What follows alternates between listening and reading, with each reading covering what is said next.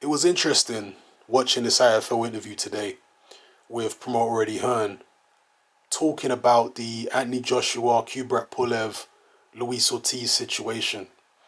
And he has accused Luis Ortiz and his team of trying to get Joshua stripped in order to get an easy title fight for a vacant belt.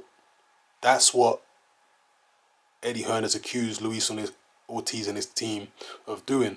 And he said that he had no problem allowing Luis Ortiz to box on Joshua's undercard and paying him step-aside money and guaranteeing him, signing a contract right now to guarantee him a shot against Joshua in February. He said he had no problem doing that. But Luis Ortiz and his team, according to Hearn, wanted all of that Eddie Hearn was offering, well, apart from fighting on Joshua's undercard. They wanted the step-aside money, they wanted the guaranteed fight in February, but they also wanted to be allowed to go and fight Deontay Wilder for the WBC belt.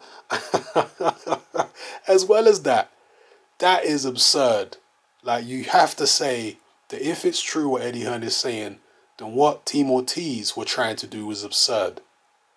They want the step-aside money, the guaranteed shot in February, and they want to be permitted to go and fight Wilder for the WBC belt. That's ridiculous. The step-aside money is so you can fight Joshua next, not so you can go and fight for another world title, and then still retain your mandatory position for the IBF, win or lose that WBC title. Ridiculous. Ridiculous. You have to question if this is true, because I don't know. We need to hear from Luis Ortiz's side. But if this is true, that seems like either Ortiz or his team are concerned about the Joshua fight in terms of whether they can win it. They're very concerned. Or else, why would they be trying to do that? Why would they be trying to get Joshua stripped, basically? Rather than just take the deal that Joshua's laid out. They're trying to get him stripped, and they're trying to go the Wilder route first before fighting Joshua, and win or lose against Wilder, they want the guaranteed shot against Joshua afterwards. I don't know. It seems a bit off to me. So, we'll see. Again, according to Eddie Hearn, and he is not somebody within the Deontay Wilder team or the Ortiz team, so you can take this however you want to take it. And again, I'll leave a link to this particular interview in the comment section below. But according to Eddie Hearn, from what he hears, and he is a boxing insider, the deal for Ortiz and Wilder is virtually done. They're just arguing at the moment over the money. Ortiz, it seems, wants more money than is being offered. That's what the hold-up seems to be. Now that the WBA have not stripped Anthony Joshua for not fighting Luis Ortiz next, he has to make a decision relatively quickly. Is he going to go the Wilder route and take whatever money Wilder and his team are offering him? Or is he going to go the Joshua route? It seems that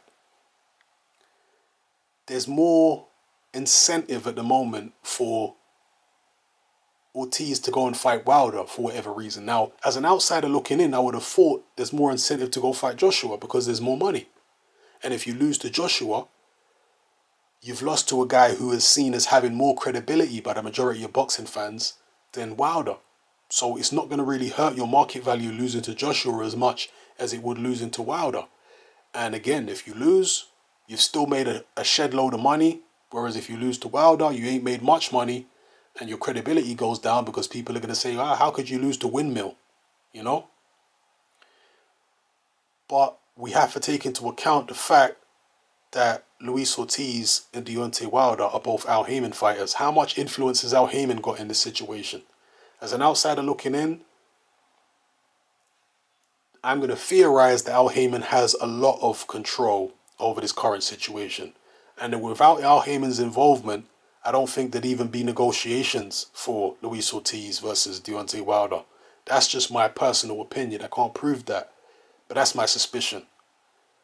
And I think that there is pressure coming from Al Haymon, possibly, to make this Wilder-Ortiz fight happen. For whatever reason, for whatever grand scheme Al Haymon may have in his head, it seems to me that that's where the pressure is coming from to push Luis Ortiz that way.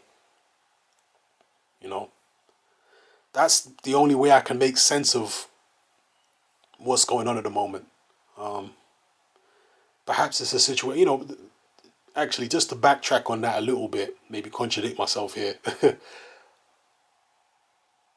The alternative view would be, again, that Ortiz sees Wilder as an easier fight. So rather than take the bigger money in fighting Joshua, let me go take the easier fight against Wilder. Maybe they're just so confident of beating Wilder that they'd really rather have that fight first before fighting Joshua, because then they can come back and fight Joshua for more money. And Eddie Hearn has already said that whoever wins out of Wilder and Ortiz, if they do actually fight each other, he's happy for Joshua to face that guy next. And that could happen theoretically, because if Ortiz was to fight Wilder, win or lose, the WBA mandatory position, which Ortiz currently has, would become vacant. Because once you take a world title fight for a different sanctioning body, normally what happens is in the sanctioning body where you were the mandatory, you get removed of your mandatory status because you're fighting for another title for a different organization. That's what normally happens. And then they may have an eliminator, or they may just put somebody else directly into the mandatory position, and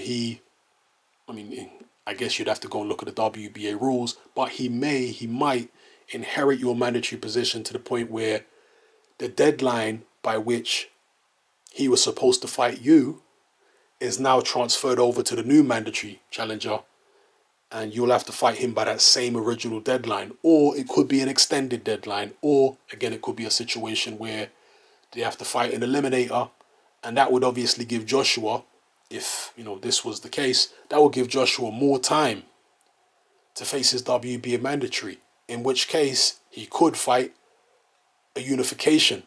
He wouldn't necessarily be pressured to fight his mandatory anytime soon for the WBA.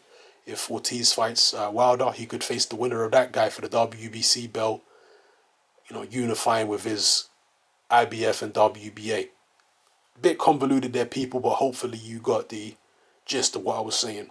So drop your comments in the comment section below and let me know how you feel about everything I've talked about in this video.